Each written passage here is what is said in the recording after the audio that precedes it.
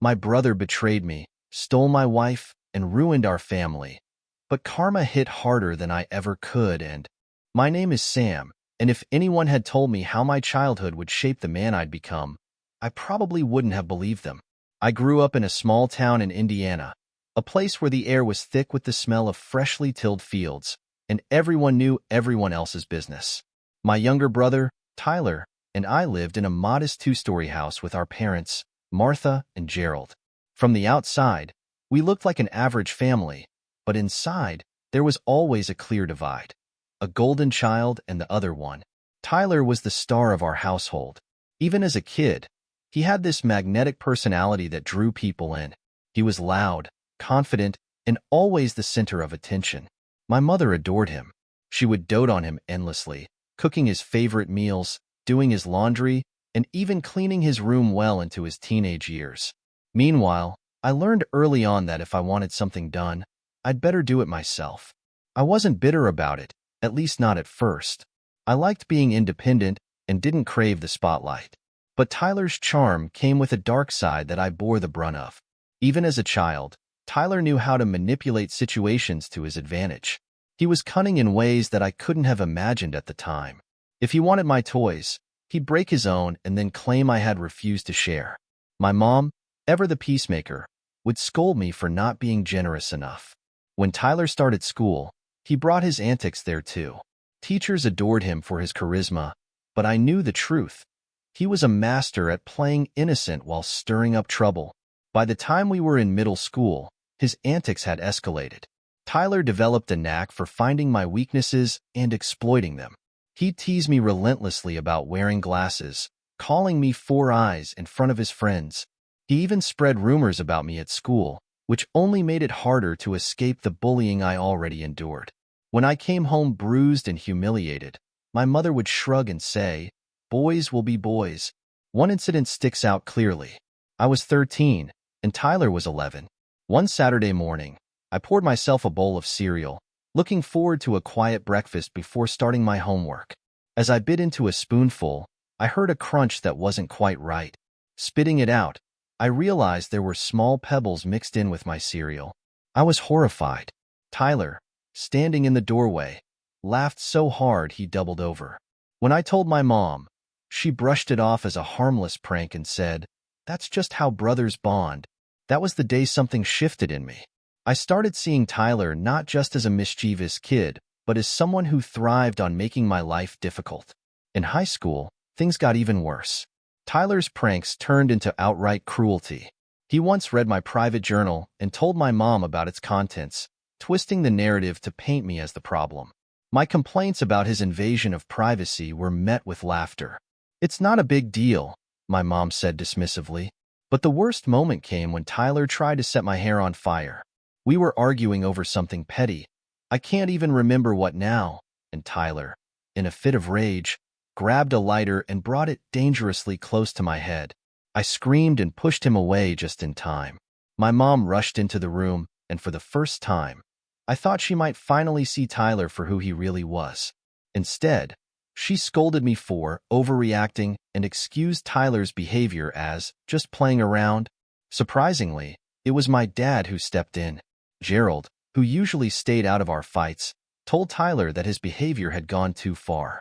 He even threatened to call the police if Tyler ever did something so reckless again.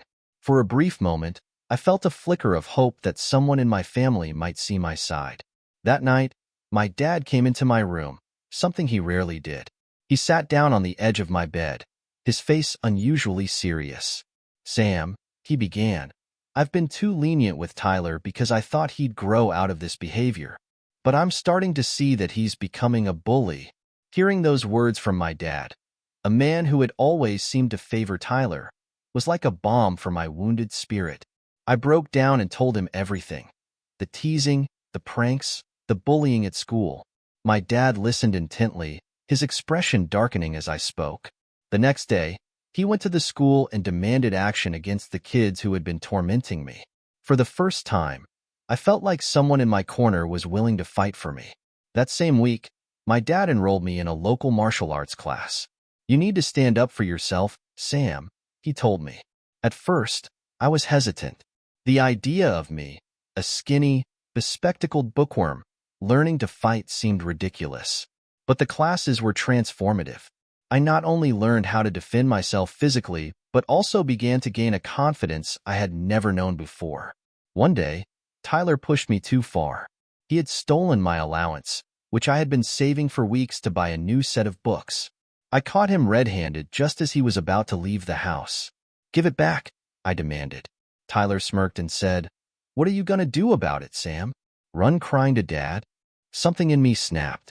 Before I knew it, I had punched him square in the jaw. Tyler staggered back, shocked. I grabbed my money from his pocket and walked away, leaving him on the floor clutching his face. The look of disbelief on his face was priceless.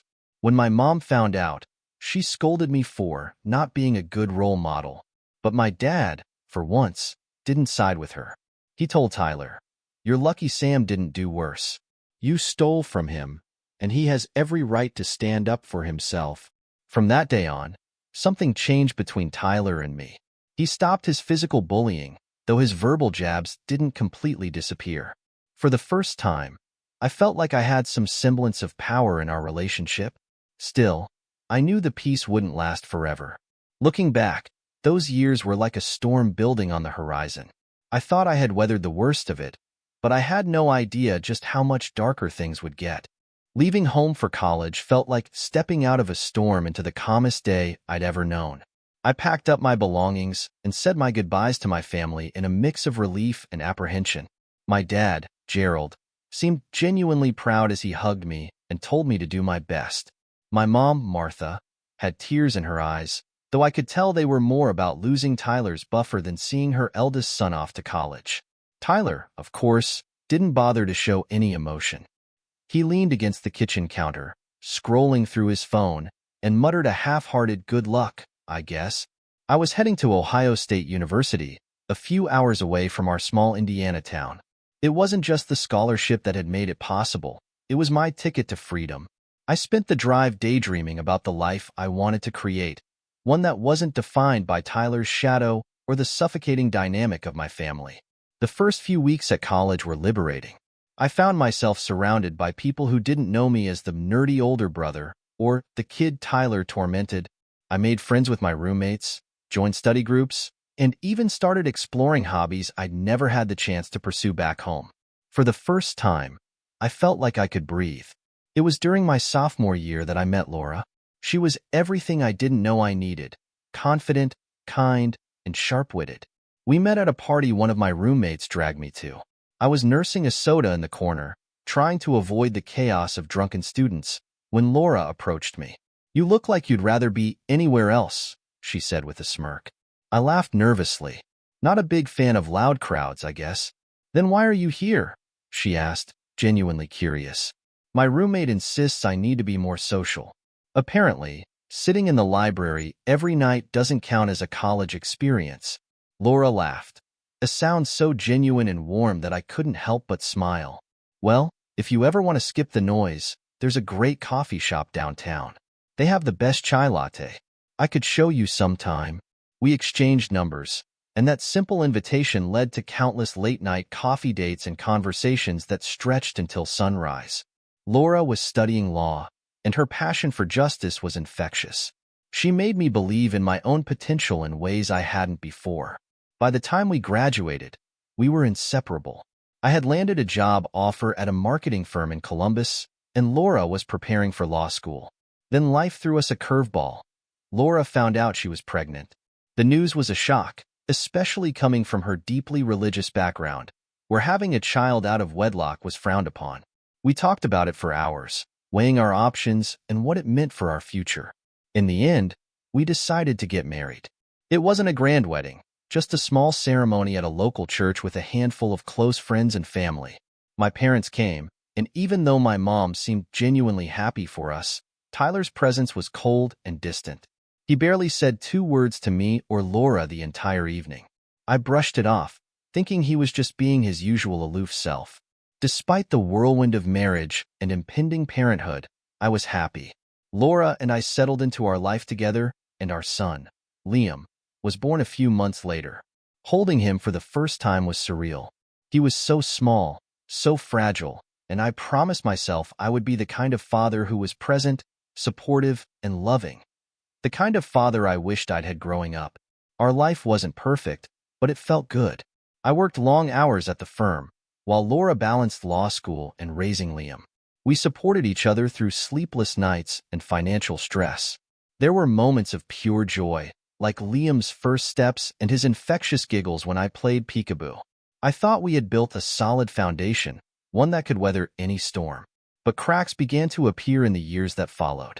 It started subtly, Laura becoming more secretive, her phone glued to her hand, her once bright eyes clouded with something unspoken. I didn't want to admit that something was wrong. I convinced myself that the stress of law school and raising a toddler was taking its toll. Then, one Thanksgiving, we visited my parents. It had been a while since we'd all gathered as a family.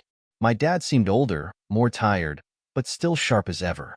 My mom was her usual chatty self, fussing over Tyler and making sure he had everything he needed. Tyler, to my surprise, was unusually polite to Laura, even engaging her in conversation. At first, I was relieved. Tyler had always been cold toward me, and seeing him make an effort with Laura felt like progress. She had always been the bridge between me and my family, trying to mend the rift between Tyler and me. She encouraged him to join us for movies, invited him to dinners, and even spent time with my mom in the kitchen. It seemed innocent enough, and I appreciated her efforts to bring some harmony to the family. But something about Tyler's friendliness toward Laura didn't sit right with me. He was too attentive, too eager to engage her in conversation. I dismissed my unease as paranoia. After all, Laura was my wife, and Tyler, despite his faults, was my brother. Surely, there was nothing to worry about. As we packed up to leave after the holidays, Laura seemed unusually quiet. I asked if everything was okay, and she assured me she was just tired. I didn't press further, thinking it was just the exhaustion of juggling so much. Little did I know, the seeds of betrayal had already been sown. Looking back now, I see the signs I missed. The late nights at her study group that didn't add up, the business trips that seemed unnecessarily frequent, the way she pulled away when I tried to be close. At the time, I chose to ignore the small voices of doubt creeping into my mind. I wanted to believe in the life we had built, in the promises we had made to each other.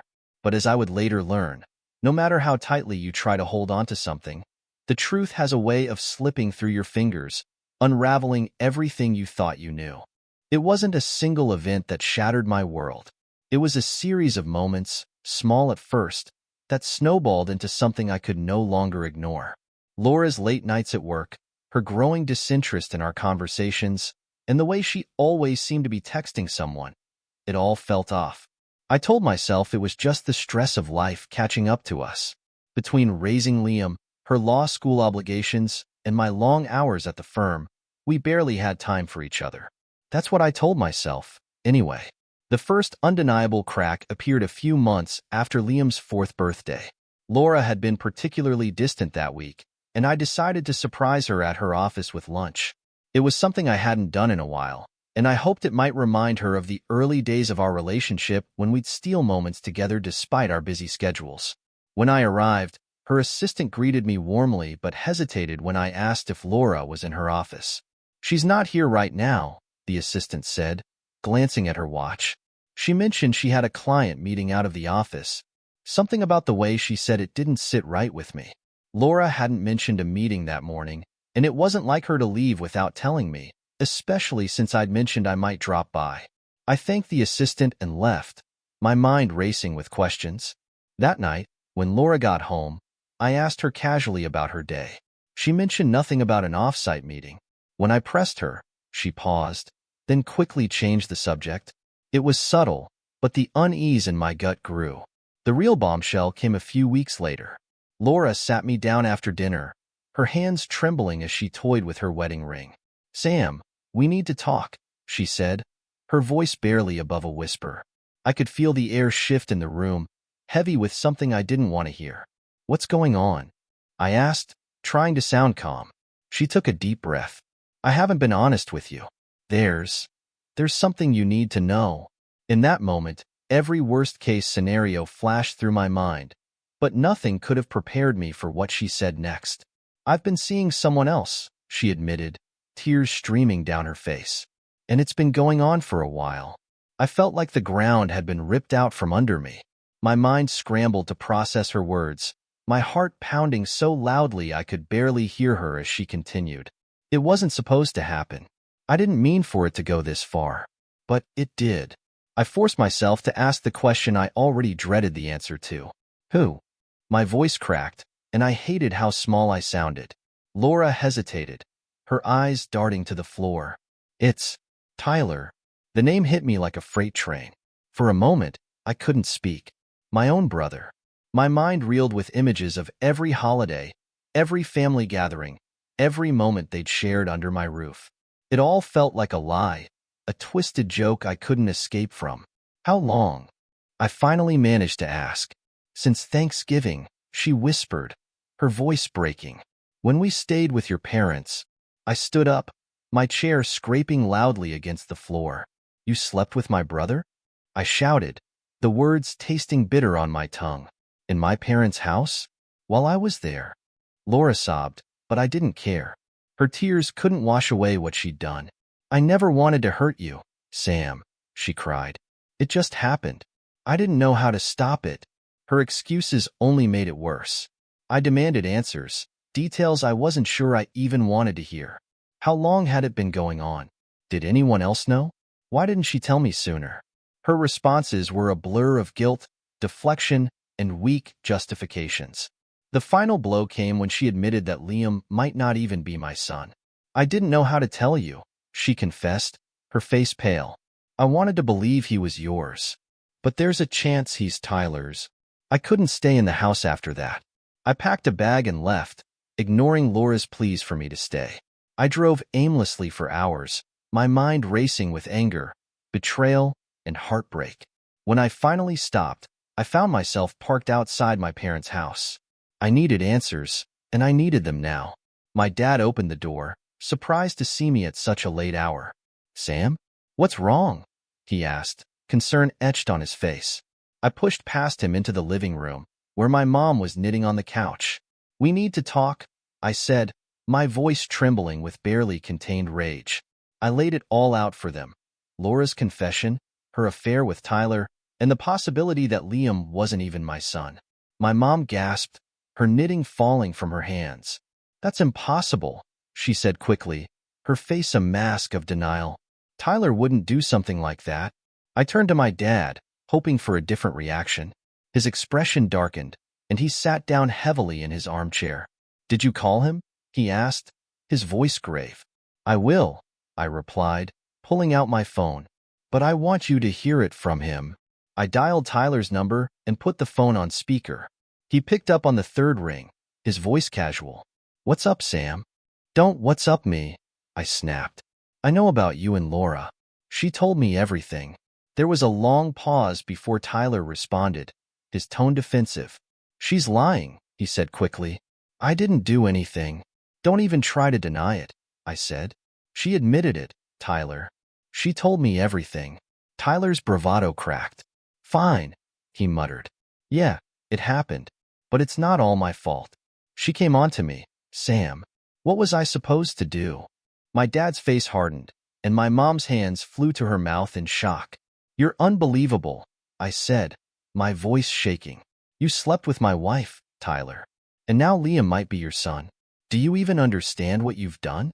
Tyler tried to deflect, blaming Laura for the affair and accusing me of being overdramatic.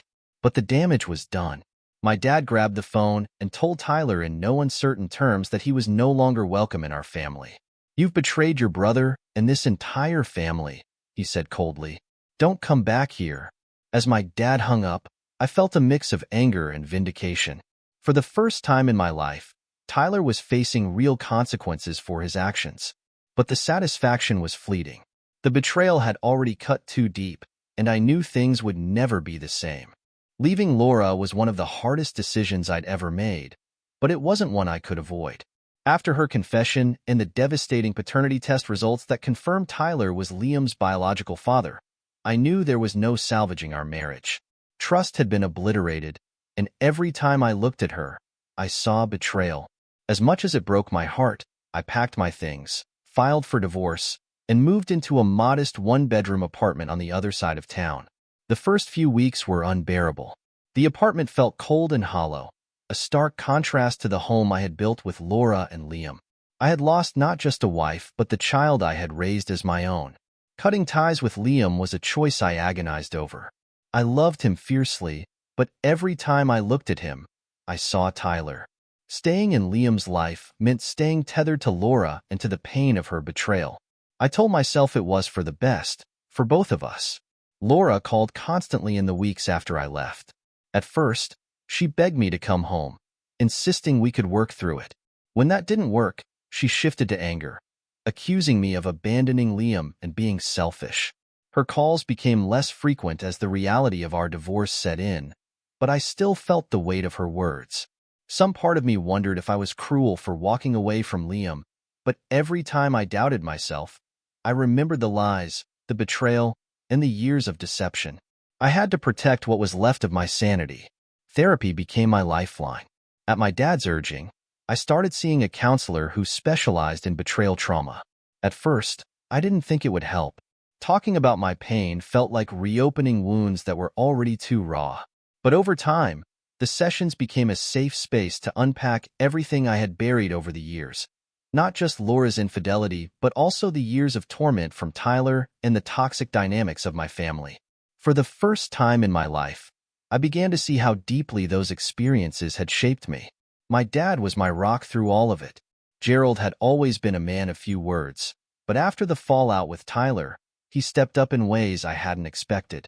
He called me regularly, invited me over for dinner, and even offered to help me with legal fees for the divorce. For the first time, I felt like we had a real relationship, not just one built on obligation. My mom, on the other hand, was a different story. Martha struggled to come to terms with what Tyler had done. She vacillated between anger and denial, often defending him in ways that made my blood boil. "He's still your brother," she said one night when I visited.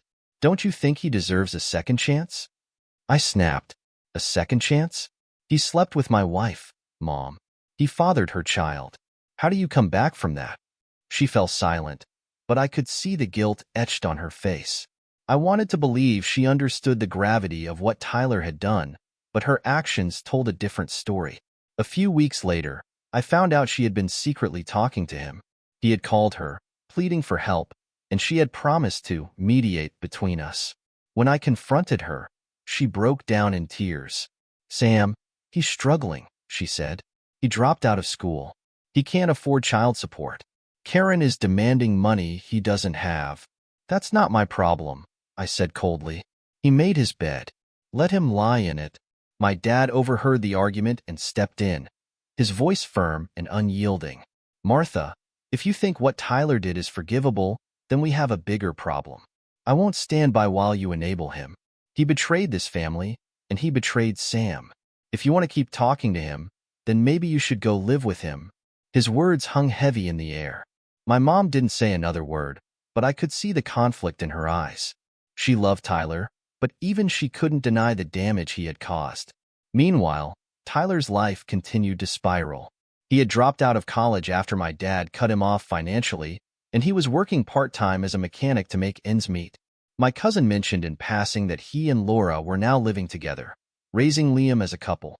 The thought of them playing house made me sick, but I tried to focus on the positives. At least Liam would have both his biological parents in his life, even if the circumstances were twisted. As for me, I threw myself into work. I took on extra projects, stayed late at the office, and poured all my energy into advancing my career. It wasn't just a distraction. It was a way to prove to myself that I could thrive despite everything I had been through. My hard work paid off. A few months after the divorce was finalized, I was promoted to a management position, and my salary increased significantly. For the first time in years, I felt like I was moving forward. I also started exploring new hobbies. I joined a running club, took up cooking, and even started volunteering at a local mentorship program for at-risk teens. It felt good to pour my energy into something meaningful, to build a life that wasn't defined by betrayal and heartache. Still, there were moments when the pain crept back in. I'd see a father playing with his son at the park and feel a pang of longing for the life I thought I'd have with Liam. I'd hear a song that reminded me of Laura and feel a wave of anger and sadness all over again. But each day, those moments grew less frequent. Slowly but surely, I was healing. 2 weeks ago, my dad called me with unexpected news. "Sam," he said, his voice serious, "I've decided to change my will. I don't want Tyler to get anything." I was stunned. My dad had worked hard his entire life, building a small fortune through careful investments and saving. His estate was worth close to $2 million, and now he wanted to leave it all to me. "What about Mom?" I asked. "She'll still have the house as long as she needs it," he assured me. "But Tyler doesn't deserve a penny. He made his choices, and now he has to live with them." I didn't argue. My dad's decision felt like validation, a recognition of everything I had endured. But it also felt heavy, like a reminder of the family I had lost. A few days later, Tyler found out about the change. He called me, desperate and pleading for help. He said he couldn't make ends meet, that Laura was pressuring him for money, and that he couldn't do it alone. I laughed bitterly. "You should have thought about that before you slept with my wife," I said. Tyler's voice cracked as he begged me to talk to our parents, to convince them to forgive him. But I was done. "You're not my responsibility," I told him. "You made your choices. Now deal with the consequences." For the first time in my life, I felt no guilt in cutting Tyler off. It wasn't just about what he had done to me. It was about reclaiming my life, my peace, and my dignity. The road ahead wasn't easy, but for the first time, I was walking it on my terms. It's been 5 years since my world fell apart, and while the scars remain, I found a way to move forward. Life doesn't magically fix itself after betrayal, but time has a way of dulling even the sharpest pain. I'm no longer the person I was when I first discovered Laura's affair. I've grown, healed, and, most importantly, learned to protect my peace. The last conversation I had with Tyler still echoes in my mind. His voice, broken and desperate, begging me to intervene with our parents. It was something I never expected to hear from him. For so long, Tyler had been untouchable, the golden child who could do no wrong. Seeing him crumble under the weight of his own choices was bittersweet. While part of me felt a pang of pity, the rest of me knew that it wasn't my responsibility to save him. Since then, my relationship with my parents has been a mixed bag. My dad, Gerald, has become my closest ally. After disowning Tyler, he seemed to pour all his energy into supporting me. We've grown closer than I ever thought possible. Every Sunday, we meet at a local golf course, a hobby he insisted I pick up, claiming it would help clear my head. I'm terrible at it, but the time we spend together has become something I cherish. My mom, Martha, remains more complicated. She has kept her distance from Tyler since my dad's ultimatum, but I can tell it weighs on her. There's a quiet sadness in her eyes whenever his name is mentioned, though she rarely speaks of him. One evening, over dinner, she broke down and apologized to me. She said she regretted not standing up for me more when we were kids and admitted that her favoritism toward Tyler had blinded her to his flaws. While her apology didn't erase the past, it felt like a step toward rebuilding our relationship. As for Tyler, the last I heard, he and Laura are still living together in a small apartment in the city. My cousin told me he's working as a mechanic while Laura manages a part-time job and raises Liam. Hearing about their life didn't stir as much anger as I expected. If anything, I felt detached, as though they belonged to a different chapter of my life, one I've since closed. The hardest part of moving on has been coming to terms with the loss of Liam. For 4 years, I raised him as my own, only to discover that he wasn't mine. Cutting ties with him was excruciating, but it was the only way I could truly heal.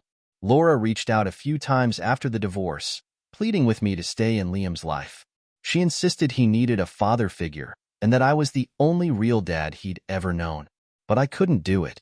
Every time I thought about seeing Liam, I imagined Tyler and Laura, the lies they told, and the betrayal they had orchestrated. It was too much.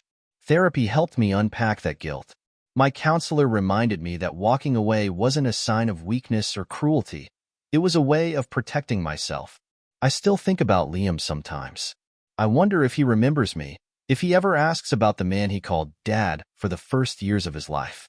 Maybe one day, when enough time has passed, I'll be ready to reach out. But for now, I need the distance. My career has flourished in the years since the divorce. The promotion I received shortly after the fallout propelled me into a leadership role at the firm, and I've since climbed even higher. The long hours and relentless focus on work have paid off, not just financially but emotionally. Building something for myself has been a source of pride and a reminder that I'm capable of standing on my own. Outside of work, I've thrown myself into new experiences. I joined a mentorship program for teenagers, many of whom come from difficult backgrounds. Sharing my story with them, leaving out the messier details, of course, has been surprisingly therapeutic. Watching them overcome their own challenges and grow into confident young adults has been one of the most rewarding things I've ever done. Dating, on the other hand, has been a slow process. I've gone on a few dates here and there, but nothing serious. Trust is still a hurdle for me, and the idea of opening myself up to someone new feels daunting. My therapist says it's okay to take my time, and I believe her. For now, I'm content with my own company, exploring hobbies like photography and hiking, and reconnecting with old friends I lost touch with during my marriage. My dad recently updated his will, finalizing the decision to leave everything to me. Tyler, unsurprisingly, was furious when he found out. He called our mom, begging her to intervene, but she held firm for once. My dad, ever the pragmatist, left Tyler exactly $1 in the will, a legal strategy to prevent him from contesting it. When he told me, I couldn't help but laugh at the irony. For years, Tyler had been the favorite, the one who could do no wrong. Now, he was the black sheep, and I was the one my dad trusted to carry on his legacy. Reflecting on the past, I've come to realize that forgiveness doesn't always mean reconciliation. I may never forgive Tyler for what he did, but I've stopped letting the anger consume me. Letting go of that bitterness has been freeing in ways I didn't think possible. As for Laura, I don't think about her often. She made her choices, and I've made mine. Our paths diverged the day I walked out of that house, and I don't see them crossing again. Looking ahead, I feel hopeful for the first time in a long while. Life isn't perfect, and it never will be, but it's mine. The pain, the betrayal, and the loss, they've all shaped me, but they don't define me. I've built a life filled with purpose, surrounded by people who truly care about me, and for that, I'm grateful. As I sit here in my apartment, watching the sun set over the city skyline, I feel a sense of peace I never thought I'd find. The shadows of the past may always linger, but they no longer control me. This is my life, my story, and I'm determined to make the most of it.